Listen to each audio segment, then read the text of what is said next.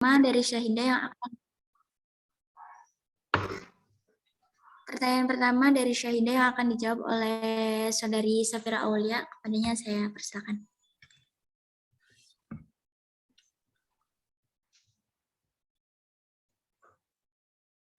Menjawab pertanyaan dari Saudari Syahidah, yaitu bagaimana karakteristik penafsiran pada masa terjadi. Ada beberapa karakteristik. Yang pertama itu. Mohon maaf Ayu, suaranya kecil yuk. Nggak kedengeran.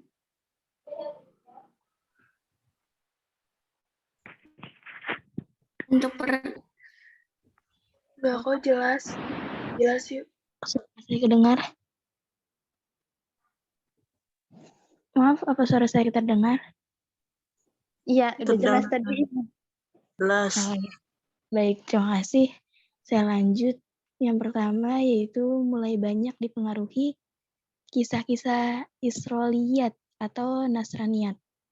Hal ini disebabkan karena tabi'in begitu mudahnya menerima informasi dari para ahli kitab tanpa melakukan seleksi dan kritik. Mereka mengambil riwayat dari ahli kitab yang masuk Islam seperti Abdullah bin Salam, Al-Ahbar, Wahab bin Munabbah, Abdul Malik bin Abdul Aziz bin Juraij. Yang kedua yaitu tafsir Al-Quran masih terikat dengan tradisi penerimaan dan riwayat. Sebagaimana masa Nabi dan sahabat ahli Mekah merujuk kepada Ibnu Abbas, ahli Madinah dari Ubay bin Ka'ab, dan ahli Irak dari Ibnu Mas'ud. Yang terakhir, yang ketiga yaitu mulai muncul banyak perbedaan mazhab yang diakibatkan oleh perbedaan dalam memaknai ayat Al-Quran. Terakhir, banyak perbedaan penafsir terhadap pemahaman yang diperoleh dari para sahabat. Bagaimana Saudari Syahidah? Apakah sudah jelas? Atau mungkin ada tambahan dari teman-teman? Alhamdulillah bisa diterima, terima kasih. Ini sudah ke kelompok 8 ya? Iya, Ibu. Iya, Ibu.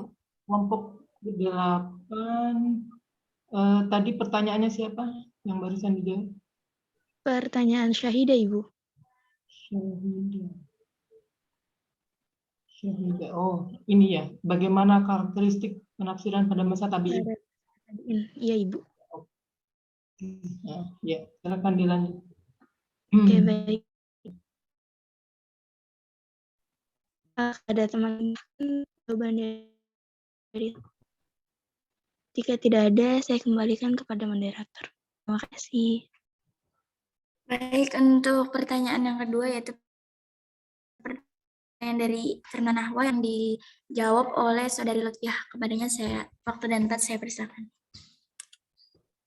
Terima kasih moderator. Pertanyaannya, perbedaan terjadi dalam segi penafsiran dan pemahaman hukum yang berlaku. Mengapa perbedaan harus disyukuri dan merupakan rahmat bagi umat Islam? Mungkin mufasir seringkali mempengaruhi hasil penafsirannya, sehingga banyaknya perbedaan penafsiran disebabkan karena seorang mufasir menyuguhkan penafsiran yang beragam. Perbedaan harus disyukuri dan merupakan rahmat bagi umat Islam, yaitu jawabannya semua perbedaan sejatinya adalah hidayah dari Allah yang dipancarkan melalui kalamullah dan kemudian ditafsirkan oleh makhluknya sesuai kadar kemampuannya. Sikap kita terhadap orang yang berbeda mazhab dan penafsiran seharusnya saling memahami, bukan saling memusuhi. Kita semua hakikatnya sama, mencari kebenaran dalam sebuah penafsiran. Dan kebenaran hakiki itu hanya milik Allah Subhanahu wa Ta'ala. Tidak ada hak bagi kita untuk menghakimi orang lain yang tidak sepaham dan sepemikiran dengan kita, karena kita semua sama di mata Allah. Sama-sama mencari kebenaran yang Tuhan sampaikan dalam penafsiran. Masing-masing kita sesuai kemampuannya berupaya menerima kebenaran yang disampaikan Allah dalam penafsirannya. Maka sangat disayangkan jika dalam realitas sosial masih ditemukan sesama mazhab hukum yang saling mengklaim golongannya yang paling benar, paling hebat, bahkan tega menghakimi bahwa orang lain keliru atau salah. hingga memusuhi golongan yang lainnya. Bagaimana Saudari Firna? Apakah dapat diterima jawaban dari saya? Alhamdulillah terjawab. Terima kasih, Saudari Lutfia. Sama-sama Saudari Firna. Selanjutnya saya kembalikan lagi kepada moderator. Terima kasih. Baik, terima kasih Saudari Lutfia. Untuk pertanyaan selanjutnya dari Saudari Rohemi akan dijawab oleh saya sendiri. Pertanyaannya, terdapat ikhtilaf tadat yang memiliki pengertian saling berselisih, yaitu mereka berpikir pendapat mereka paling benar dan pendapat yang lain salah. Jadi bagaimana kesimpulan akhir dari ikhtilaf ini? Apakah ahli tafsir tersebut memakai pendapatnya sendiri ataukah menetapkan kesepakatan bersama? Baik, saya akan jawabnya. Muhammad bin Abdullah Rahman al-Dimashqi menegaskan dalam kitab Rahmatul Ummah fi Ihtilafil A'imah bahwa perbedaan pendapat di kalangan ulama merupakan rahmat bagi umat, sebab mereka telah melakukan ijtihad dengan mengerahkan seluruh daya intelektual dan spiritual guna mencari kebenaran. Demikian mereka berbeda manhaj dan hasil ijtihad adalah bermanfaat untuk saling melengkapi kesempurnaan hazanah pemikiran dalam Islam, bukan untuk kepentingan pribadi dan kecenderungan pribadi, apalagi untuk membingungkan dan memisahkan umat dalam mazhab dan golongan. Islam tidak memungkiri kenyataan ikhtilaf, namun Islam hanya membenarkan ikhtilaf yang tidak menyimpang dari Al-Quran, As-Sunnah, sahabat atau ijma' sahabat.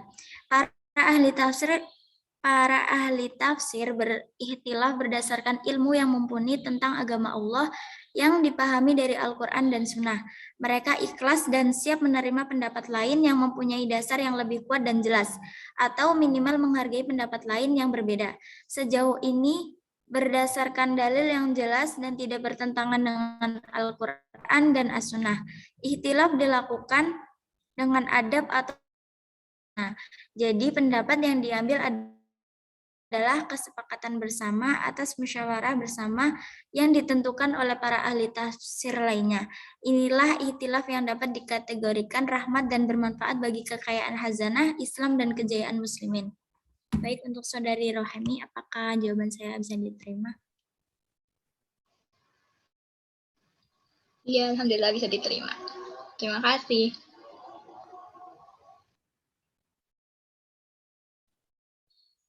Apakah suara saya terdengar?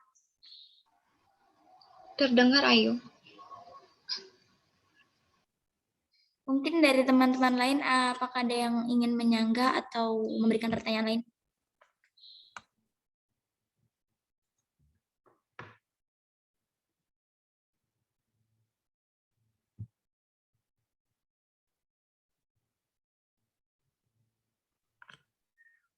Atau dari Ibu dosen, apakah ingin menambahkan, Ibu?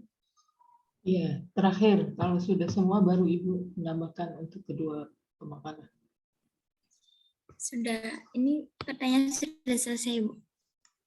Oke, coba ditawarkan lagi, masih adakah yang mau ditanyakan atau dari kawan-kawannya ada yang mau mengkritisi, silakan ditawarkan dulu nanti Ibu terakhir habis ini.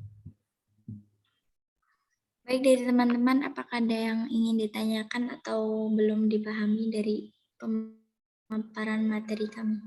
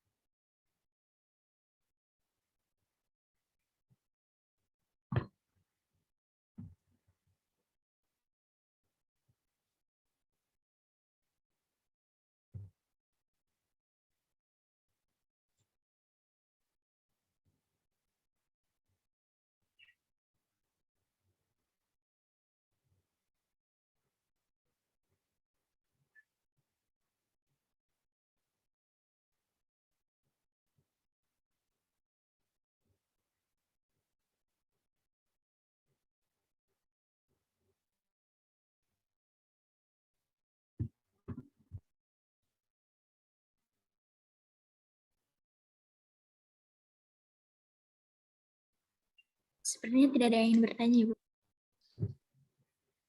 Ya, baik. Kalau memang tidak ada, Ibu akan menjelaskan kepada kedua makalah ini ya. Baik, Ibu beri aplaus kepada kedua makalah dan kepada audiensi. Tadi pertanyaan, jawaban sudah mengena semuanya tema.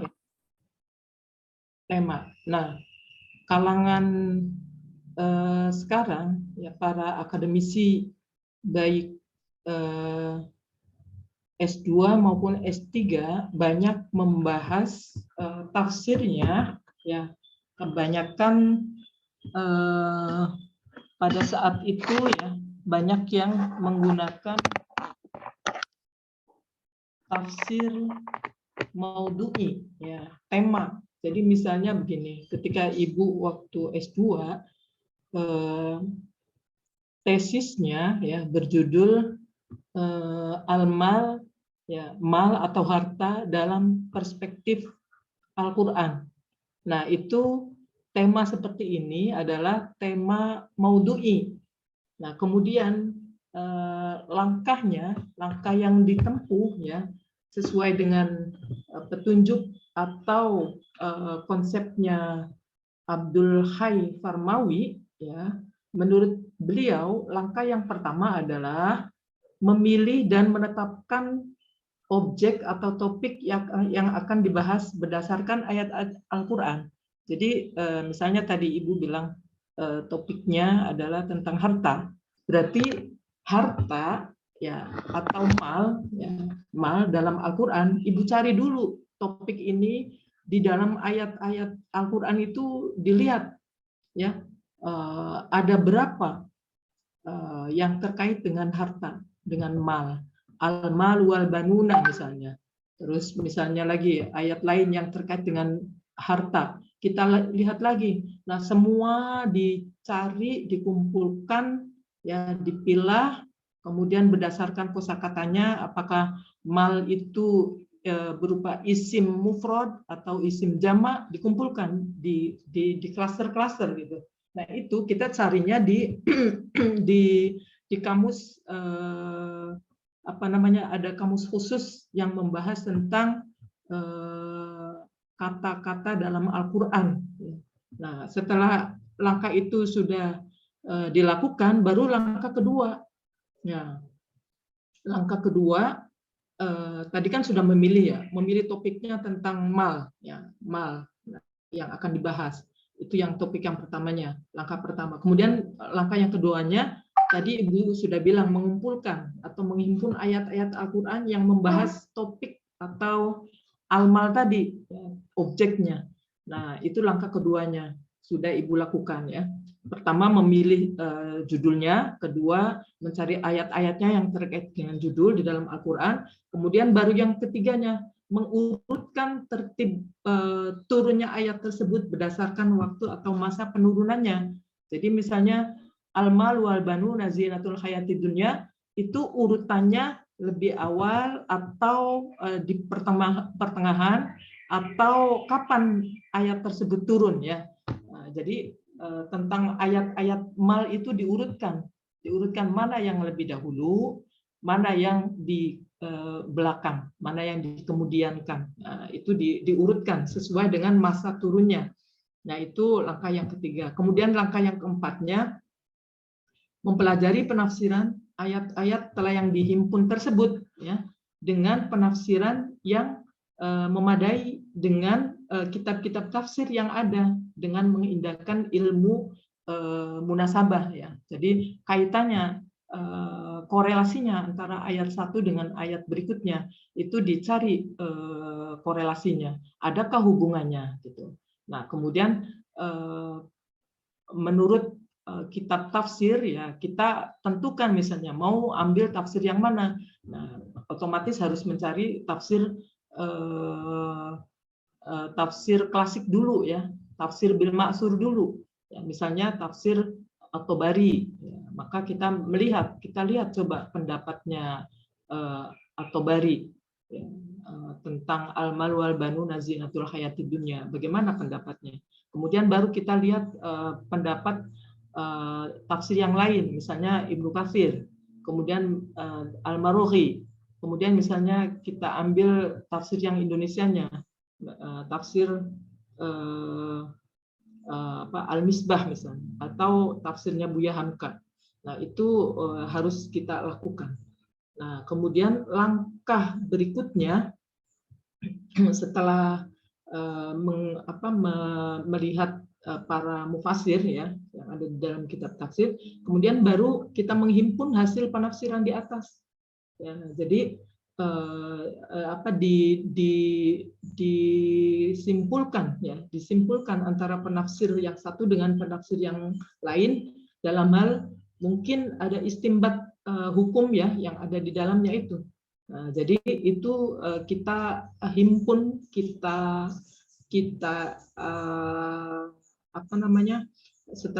himpun hasil para penafsirnya itu seperti apa dalam mengistimbatkan hukumnya misalnya. Nah, kemudian langkah berikutnya, langkah yang keberapa nih? 1, 2, 3, 4, 5, 6. Langkah yang keenam, kemudian para mufasir itu mengarahkan kepada pembahasan tafsirnya itu secara apa gitu? Apakah secara global atau muqarron atau secara tematik atau secara tahlili. Nah, di situ pemikiran-pemikiran mereka, permasalahan-permasalahan dalam topiknya itu, nah, kemudian diarahkan dalam pembahasan kita ini, gitu. Ya, misalnya tadi tentang al-mal dalam perspektif Al-Quran ini diarahkan. Nah, kemudian langkah berikutnya 1, 2, 3, 4, 5, 6, 7. Nah, langkah yang ketujuh adalah membahas unsur-unsur dan makna ayat tersebut untuk mengaitkannya dengan berdasarkan metode ilmiah yang benar-benar secara sistematik. Nah, jadi tadi setelah dikumpulkan, dikelompokkan oleh para mufasir, kemudian diarahkan menuju kepada topik intinya, maka unsur makna-makna ayat itu mengaitkannya sedemikian rupa berdasarkan metode ilmiah yang secara sistematik tadi, ya, menurut Farmawi. Nah, kemudian yang terakhir baru oleh penulis ya memaparkan kesimpulannya tentang hakikat jawaban Al-Quran terhadap topik permasalahan yang dibahas. Misalnya tadi al-mal, untuk apa mal itu di Al-Quran? Ternyata pesan Al-Quran di situ harta itu bisa dikelompokkan, ada untuk manfaatnya untuk jihad, untuk diberikan zakat, ya, untuk kepentingan kita, ya, kehidupan menafkahi keluarga, orang tua, kemudian manfaatnya lagi harta memberikan kepada orang yang membutuhkan, ya, fuqara wal masakin. Nah, jadi di situ diantaranya kesimpulan bahwa harta itu ada beberapa macam manfaatnya, tidak hanya untuk kepentingan sendiri saja, tetapi ada kepentingan untuk menegakkan syiar Islam. Nah, jadi ini diantaranya langkah-langkah yang dilakukan dalam menafsirkan Al-Quran dengan metode maudhu'i atau tematik yang dipaparkan konsepnya oleh Farmawi, ya, Abdul Hayy Al-Farmawi. Jadi seperti itu ya contohnya. Pertanyaan dari siapa? Syahidah Qur'ani Muslim ya. Paham Syahidah atau yang lain, teman-teman yang lain? Semoga bisa paham. Paham Syahidah ya? Semoga Bu paham. Ya, jadi itu langkah-langkahnya. Kemudian contohnya tadi ya, masih banyak selain mal dalam perspektif Al-Quran, masih banyak lagi. Kemudian pertanyaan berikutnya, tambahan untuk Firna Nahwa Firdaus ya. Nah, ini juga nanti Ibu bisa berkaitan dengan pertanyaannya kelompok ke-8, pertanyaannya Vina Nahda Firdaus. Vina, Vina. Kalau di kelompok sini Vina juga ya, karena ini terkait dengan aplikasi dalam penafsiran ya, dalam menafsirkannya. Kalau di kelompok 8, Vina menanyakannya perbedaan terjadi dalam segi penafsiran dan pemahaman hukum yang berlaku. Mengapa perbedaan harus disyukuri dan merupakan rahmat bagi umat Islam? Mohon penjelasannya. Nah, di kelompok 7 juga bertanyanya terkait dengan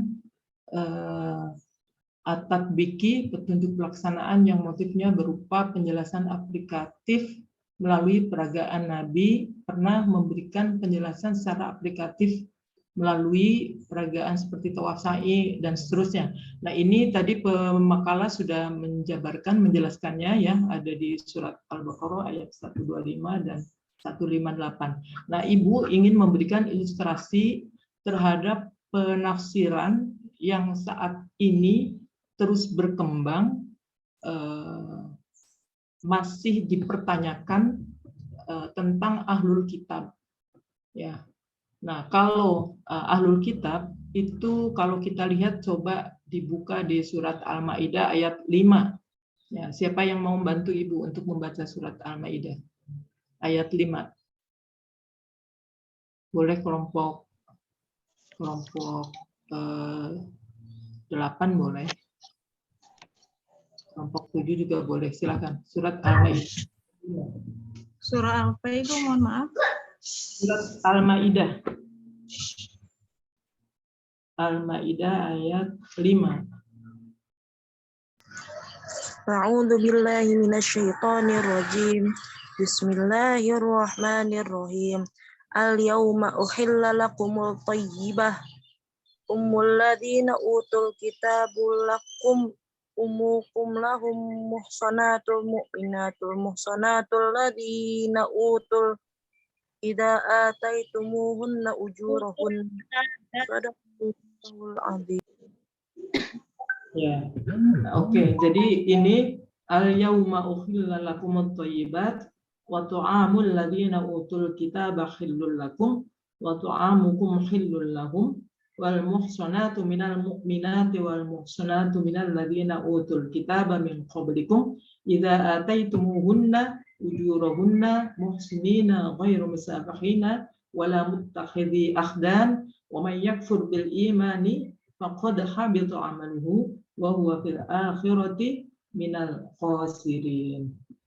Nah, jadi di sini ayat 5 ini yang mau akan Ibu bidik adalah bahwa pada hari ini dihalalkan bagimu segala yang baik-baik, makanan sembelihan ahli kitab ya. Nah, di sini ahli kitab utul kitab ya, wa tu'amul alladzina utul kitab. Nah, di sini yang akan Ibu bidik. Kemudian nanti di bawahnya juga wa tu'amukum khillul lahum ya, wal muhsanatu minal mu'minati wal muhsanatu minal ladzina utul kitab. Nah, di sini utul kitab min qablikum idza ataitumuhunna ujuruhunna muhsinina ghairu musafihin wa la muttaqidin akhdan. Nah, jadi di sini ada kalimat alladzina utul kitab, kemudian di bawahnya juga ada minalladzina utul kitab ya, dua-duanya melafazkan Alkitab. Nah, di situ ya dalam ayat tersebut ya dikemukakan tentang hukum memakan sembelihan dari ahlul kitab dan mengawini wanita-wanita yang memelihara kehormatannya dari kalangan ahlul kitab. Ya. Nah, dalam hal ini siapakah yang dimaksud ahlul kitab tersebut? Coba Kalau kita perhatikan, ya nanti oleh ahli tafsir akan berbeda pandangannya. Nah, jadi ini nanti terkait dengan pertanyaannya Vina kan, ya, terjadi perbedaan penafsiran dan pemahaman ya, tentang hukumnya yang berlaku. Nah, jadi di sini di dalam tafsir Ibnu Katsir ya disebutkan bahwa yang dimaksud dengan ahlul kitab adalah kaum Yahudi dan Nasrani.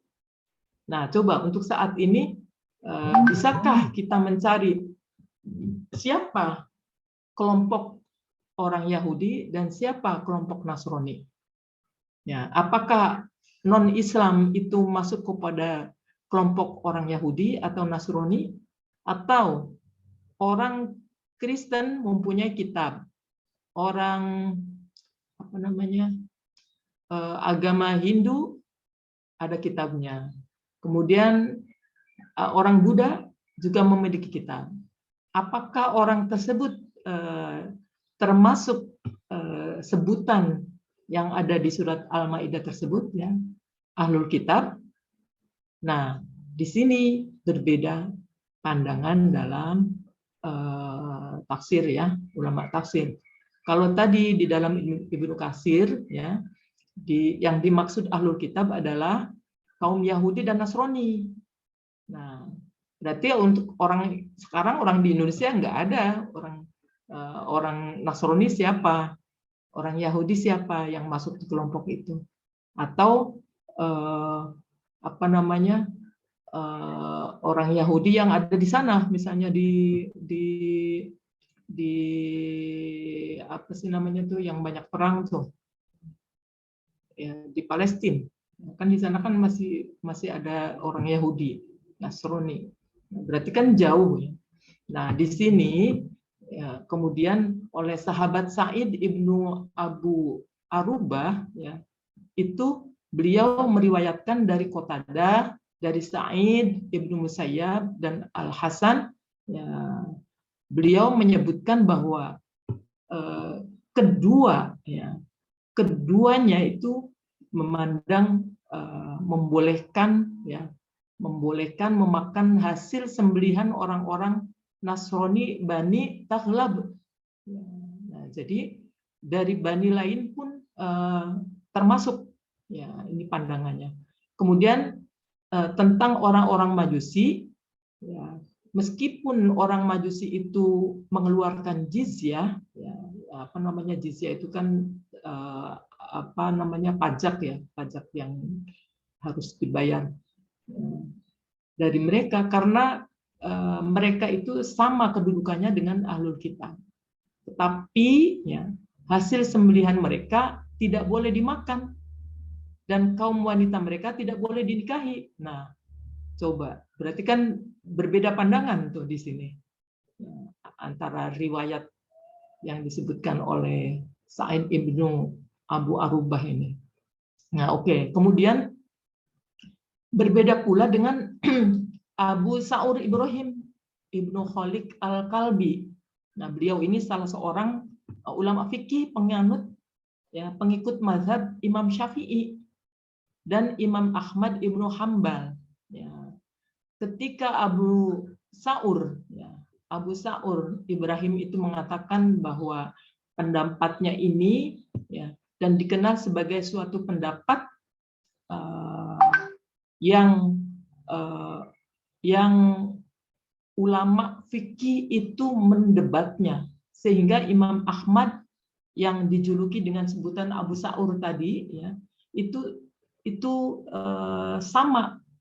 Beliau mengatakan bahwa masalah sembelihan ahli Majusi ya, ahlu Majusi seakan-akan Ibrahim ibnu Khalid itu berpegang kepada keumuman makna hadis yang diriwayatkan secara mursal dari Nabi.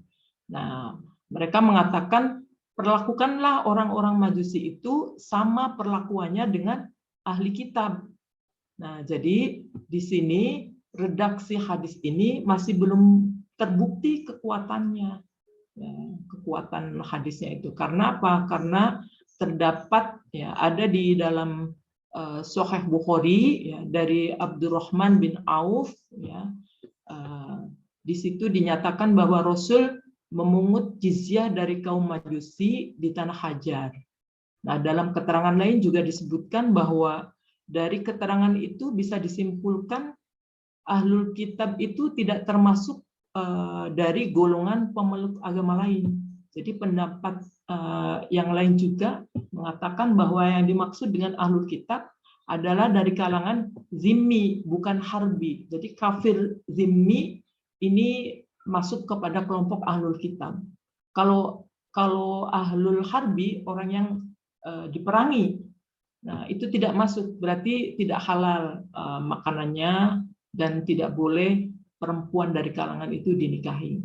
Nah ini status antara Ahlul Kitab dengan kaum musyrikin. Nah jadi kelihatan, nampak ya, kalau Ahlul Kitab yang dari kalangan kafir zimmi itu boleh. Ya, ini pendapat dari kalangan yang mengatakan hadisnya tadi ya, hadisnya tadi bahwa Rasul pun memungut jizyah dari kaum Majusi di tanah Hajar. Nah, jadi ini pendapat tentang Ahlul Kitab. Nah, kemudian ya, di dalam tafsir yang ada di Indonesia yang sangat beken adalah tafsirnya tafsir Al-Misbah ya, tafsir Al-Misbah yang dikarang oleh Profesor Dr. Quraish Shihab ya.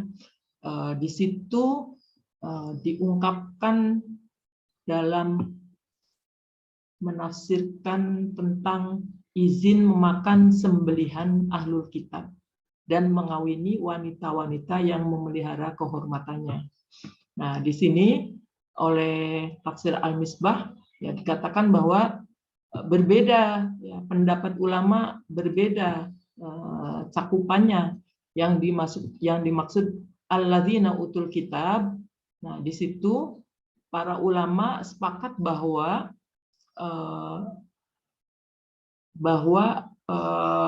paling tidak mereka itu adalah penganut agama Yahudi dan Nasrani. Nah, itu para ulama sepakat seperti itu. Berarti sama dengan Ibnu Katsir tadi ya, Yahudi dan Nasrani Ahlul Kitab itu. Kemudian mereka berbeda pendapat apakah penganut agama itu adalah generasi masa lalu ya dan keturunannya saja, atau termasuk para penganut kedua agama itu hingga sampai kini. Ya, kan otomatis karena kita ingin masa kininya bagaimana gitu. Nah, jadi baik yang leluhurnya telah memeluk agama atau yang baru memeluknya. Nah, di sini ada yang menolak menamai penganut Yahudi dan Nasrani yang sekarang ini sebagai Ahlul Kitab. Jadi ada yang menolak seperti itu. Kemudian kalau pendapat ini dilihat mempersempit pengertian Ahlul Kitab, bahkan meniadakan wujudnya pada masa saat ini, maka ada lagi ulama yang memperluas maknanya, ya, sehingga memasukkan dalam pengertian Ahlul Kitab itu adalah semua penganut agama yang memiliki kitab suci hingga saat ini. Yang memiliki kitab suci saat ini, maka itu termasuk Ahlul Kitab. Nah, jadi misalnya orang Kristen memiliki kitabnya, ya, maka itu termasuk Ahlul Kitab. Ya, berarti makanan yang dia persembahkan, kemudian perempuan-perempuan yang menjaga kehormatannya boleh dinikahi. Nah, halal artinya di situ Ahlul Kitab di situ. Nah, kemudian Imam Syafi'i, nah ini sudah melihat pandangan Imam Syafi'i ya dalam memahami Ahlul Kitab itu sebagai orang Yahudi dan Nasrani keturunan Israel, ya, keturunan Israel, tidak termasuk bangsa lain yang menganut agama Yahudi dan Nasrani. Ya, kenapa? Alasan beliau karena Nabi Musa dan Isa hanya diutus kepada mereka, bukan kepada bangsa lain. Nah, jadi orang Yahudi dan Nasrani keturunan Israel saja ya yang dianggap ahlul kitab. Ini menurut Imam Syafi'i. Nah, kemudian pendapat Imam Syafi'i ini berbeda dengan Imam Abu Hanifah dan mayoritas pakar hukum. Ya, mereka mengatakan bahwa siapapun yang mempercayai salah seorang nabi atau kitab yang pernah diturunkan Allah, maka ia termasuk ahlul kitab. Nah, ini lebih luas lagi pandangannya. Imam Abu Hanifah tidak seperti Imam Syafi'i. Nah, jadi di situ ya selain pendapat ulama yang salaf yang mengatakan bahwa setiap umat yang memiliki kitab yang dapat diduga sebagai kitab suci atau kitab samawi, maka mereka juga disebut sebagai ahlul kitab. Nah, ini pendapat yang kecil seperti itu. Jadi yang penting punya kitabnya, maka di situ termasuk ahlul kitab. Kemudian pendapat yang terakhir ya, menurut Maududi ya, ini beliau malah memperluas lagi ya. Memperluas lagi bahwa para pakar mujtahid kontemporer ya sampai mereka mencakup semua agama, agama Buddha, agama Hindu, agama Konghucu dan semuanya.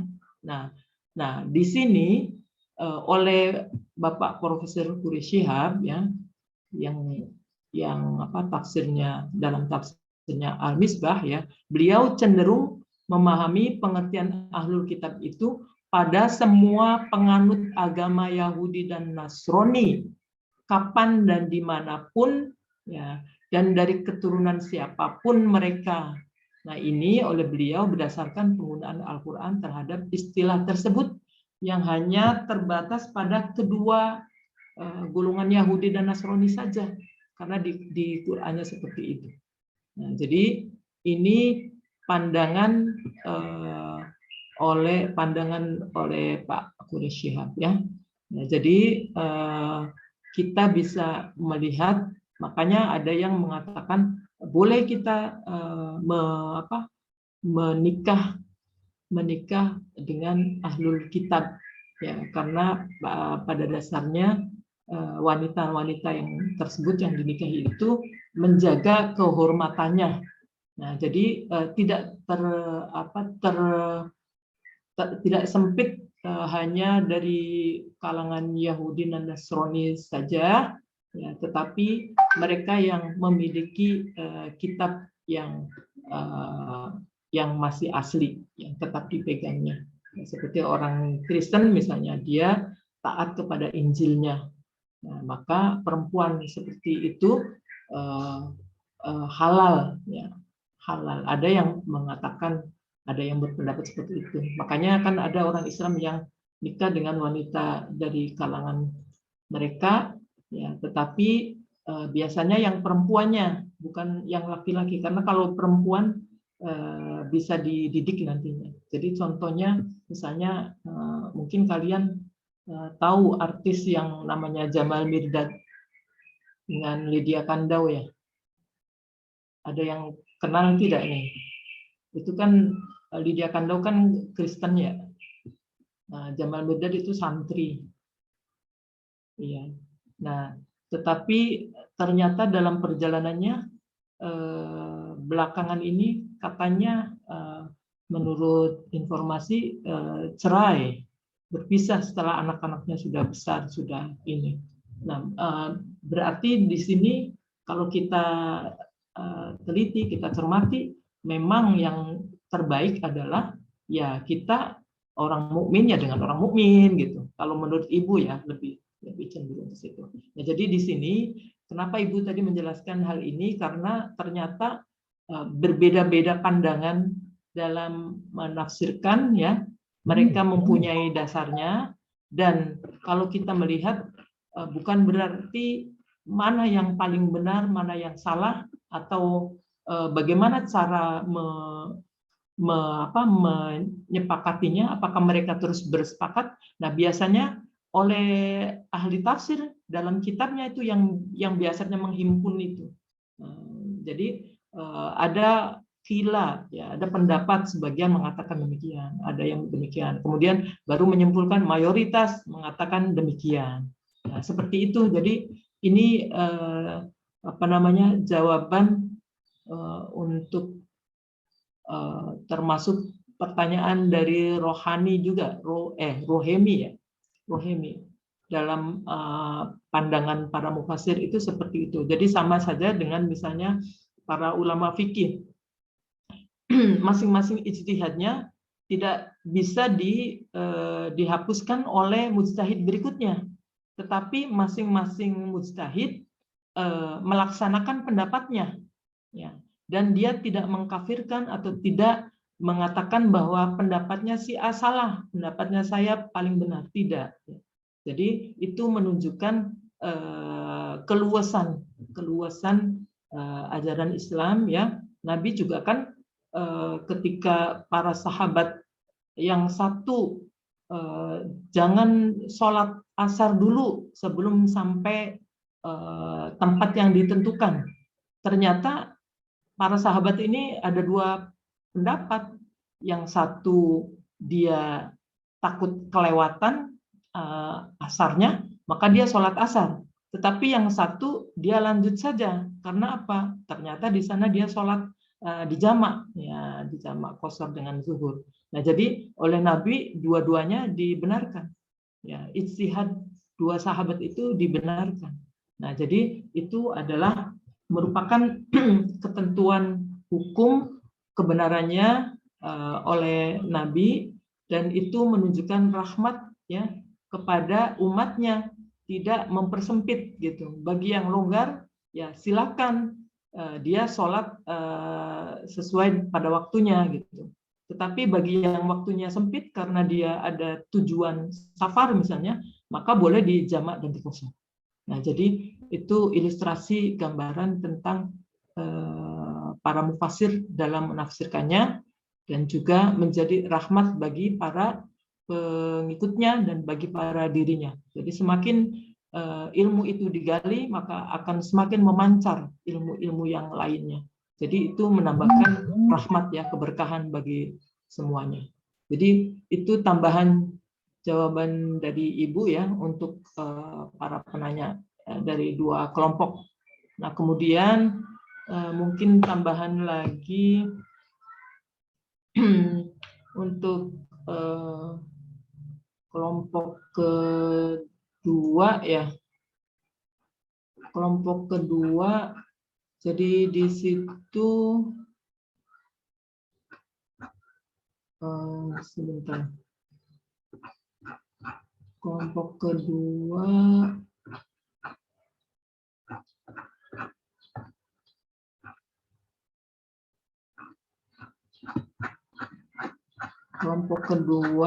untuk sebab-sebab, ya, sebab-sebab ikhtilaf fi tafsir, ya, kan tadi oleh pemakalah juga sudah disebutkan di situ, tapi Ibu hanya ingin menambahkan bahwa perbedaan itu ada yang datangnya dari dalam, dari asbabud dakhil, dari para mufasirnya. Ya, tadi misalnya para ulama tafsir ternyata berbeda pandangannya. Pertama karena perbedaan mufasir dalam bidang qiraat. Nah, dengan beda pandangan dalam memahami qiraat atau bacaan Al-Quran, maka itu pun sama akan mempengaruhi penafsiran, istinbat hukumnya akan berpengaruh, ya. Nah, itu. Kemudian selain itu, ya, selain perbedaan mufasir dalam bidang qiraat, yang kedua perbedaan dalam hal i'rab, ya, dalam hal i'rab kemudian dalam hal istirok, ya, misalnya dalam hal i'rab, misalnya ada aliran atau ulama yang membacanya wa arjulakum, tetapi ada aliran lain ya yang membacanya wa arjulikum. Jadi lafaz wa arjulikum ini menurut Imam Rafidah ya, dalam menggunakan tata cara bacaan itu ada dua pandangan. Ya, jadi lafaz yang maskun ya, di sini ada dua makna. Ya, jadi pertama disiram atau dialiri air, dan yang kedua hanya diusap. Masaha itu loh, yang masaha. Wa arjulakum ilal ka'bain. Kalau memahaminya, kalau membacanya wa arjulikum, berarti maknanya disiram atau dialiri. Jadi kalau kita nyapu membasuh kaki harus alir, airnya mengalir. Tidak boleh hanya disapu saja, tidak boleh. Ya. Jadi gitu pemahaman antara wa arjulakum ya, kalau wa arjulakum dengan wa arjulikum. Nah, nanti ini ada berbeda pandangan oleh para mufassir ya. Apakah cukup dengan disapu saja atau dibasuh? Nah, itu nanti implikasinya ke situ. Kemudian karena adanya lafaz istiraq. Nah, seperti tadi pemakalah juga udah menyebutkan, kalau tidak salah tadi yang contohnya salah satu quru, ya, itu kan qur'un, ya qur'un maknanya kan ada dua kan, makna haidun dan makna tohurun.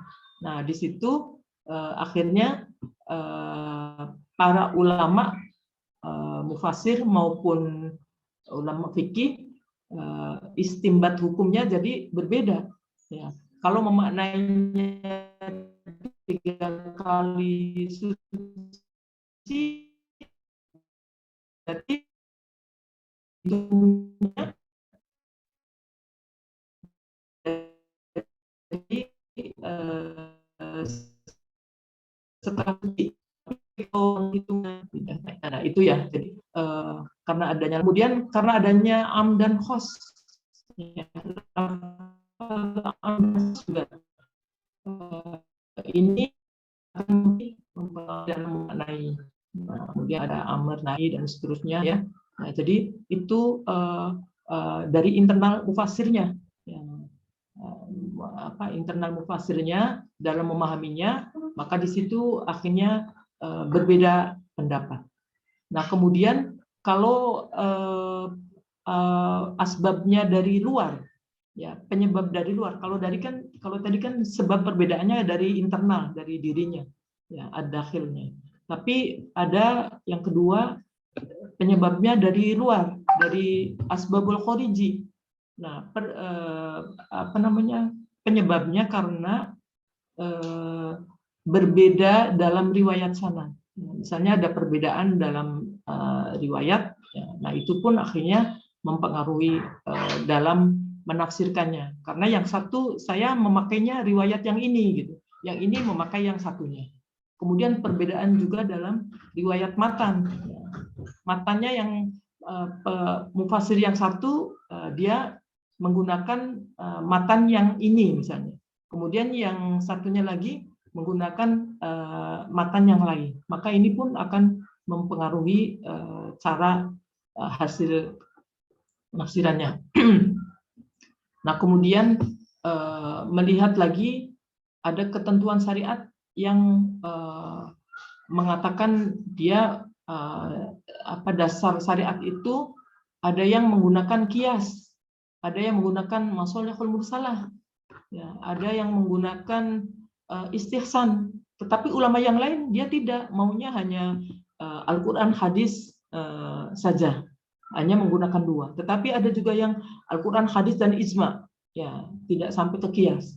Nah, jadi di sini pun akhirnya berbeda dalam hasil tafsirnya atau istinbat hukumnya. Nah, jadi itu tambahan dari Ibu ya. Kemudian belum lagi nanti ada tambahan atau ada perbedaan dari segi perbedaan mazhab. Ya, perbedaan mazhab pun akan mempengaruhi dalam menafsirkan. Ya. Nah, kan tadi kan ada fanatisme mazhab kan tadi kan. Nah, itu berpengaruh makanya. Nah, kemudian bagaimana sikap kita, pandangan kita kalau melihat seperti itu, kita akan mengikuti kemana? Nah, yang benar kita tidak menyalahkan pihak lain. Ya. Pihak lain mau memakai atau menggunakan pandangannya mufasir A, ya silakan.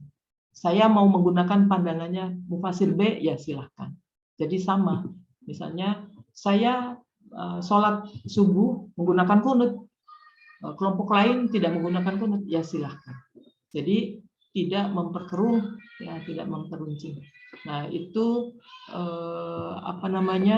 menunjukkan rahmat bagi kita semua. Gelap ya gambar ibu nih, nggak lihat gambar. Oke, jadi itu tambahan pada para penanya ya, penanya dan juga kepada kedua kelompok. Ini sudah ibu secara akumulatif ya. Sudah menjawab ke semuanya. Nanti untuk makalah jadi mungkin ada tambahan revisi ya, ditambah tadi di makalahnya sebab-sebab ya, ini sudah ada disebutkan sebab eksternal tapi kurang luas ya, internal. Nah ini sebaiknya agak diperluas tadi ya, ada tambahan-tambahan yang ibu tambahkan, agak ditambahkan footnote-nya ya, footnote-nya agak dibetulkan ya, footnote-nya yang apa, nama kitab dicetak miring gitu ya, ya sesuaikan dengan pedoman penulisan. Mungkin itu kalian sudah paham semuanya atau masih ada yang belum jelas dari tambahan ibu tadi? Silakan.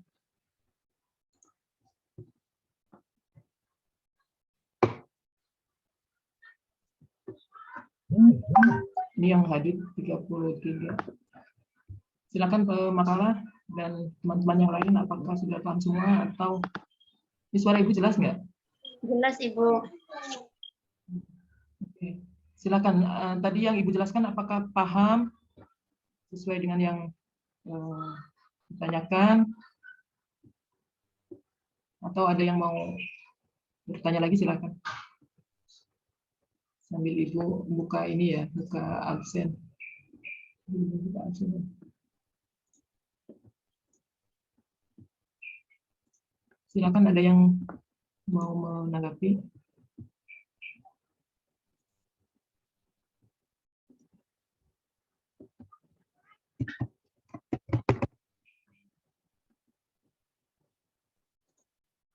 Atau sudah paham semuanya?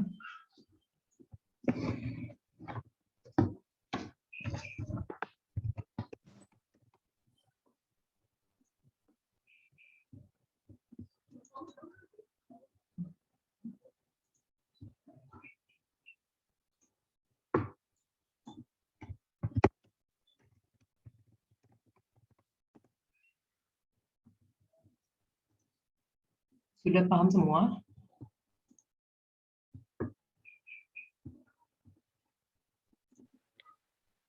Insya Allah sudah Ibu. Sudah ya. Baik, kalau gitu sekarang mau ngisi absen dulu ya.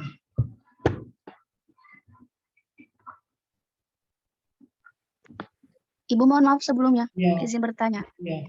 Untuk ini Bu, untuk pengisian absensi laporan itu, kita ngisinya satu pertemuan satu pemakalah atau satu pertemuan dua pemakalah? Ini kalau di sini kan nggak bisa ya, nggak bisa dua ini. Di sistemnya tetap harus diisinya satu, padahal harusnya kan dua pertemuan ya. Kalau di situ diisi dua dengan hari sama tanggal yang sama kan nggak bisa ya di situ ya? Kalau di laporan yang dari Kosma buat ke fakultas itu, ini Ibu. Jadi nggak dibatas gitu. Jadi isinya kita aja gitu. Oh, nggak disebut tanggalnya? Oh, kalau di tanggalnya disebut Ibu. Oh, tanggalnya disebut. Berarti jadi 2 kolom gitu, tanggalnya 2 kali. Nah, Atau iya bagaimana? Ibu itu yang mau ditanyakan. Jadi kalau misalnya satu pertemuan mau di absennya 1 kali berarti minggu Ibu.